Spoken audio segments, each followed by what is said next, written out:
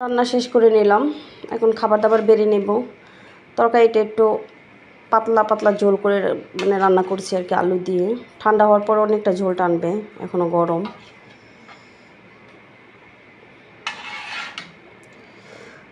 যে পাতিল ভর্তি করে ভাত রান্না করে নিলাম। আর মুরগির মাংস দিয়ে আলু দিয়ে ঝোল, বেগুন আলু দিয়ে তেলাপিয়া মাছের তরকারি রান্না করেছি এখানে।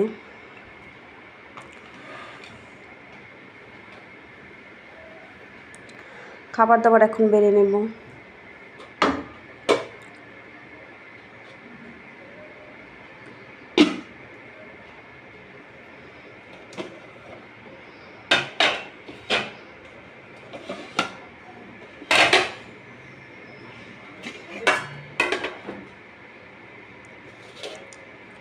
গ্যারেজ থেকে পোলা পান খেতে চলে আসবে এখন।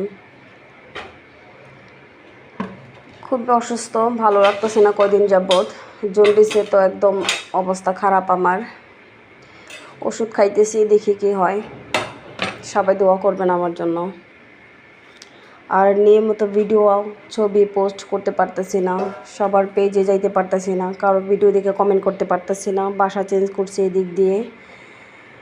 বাসা চেঞ্জ করার পরে আর কি ওয়াইফাই নামানো হয় নাই, যার ফলে আমি নিজেও ভিডিও ছাড়তেছি না। এদিক দিয়ে রুম পরিষ্কার করাও হয় নাই আজকে। একদমই ভালো লাগতেছে না। কোনো রকম রান্না বান্না করছি।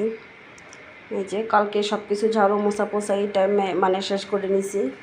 আর আজকে এখন পর্যন্ত কিছুই করি নাই, শুধু রান্না বান্না করে নিলাম। আর সকালে নাস্তাটা রেডি করছিলাম। এখন গ্যারেজ থেকে পোলাপান সবাই চলে আসবে খাওয়ার জন্য, তাই আর কি খাবার দাবার বেড়ে নিচ্ছি। শরীর ভালো না লাগলে যা হয় আর কি। সবাই আমার জন্য দোয়া করবেন যেন আগের মতো আবার সুস্থ হয়ে ফিরে আসতে পারি আপনাদের মাঝে। আপনারা হয়তো অনেকেই ভুল বুঝতেছেন যে আপনাদের ভিডিও দেখতেছি না, লাইক কমেন্ট করতেছি না।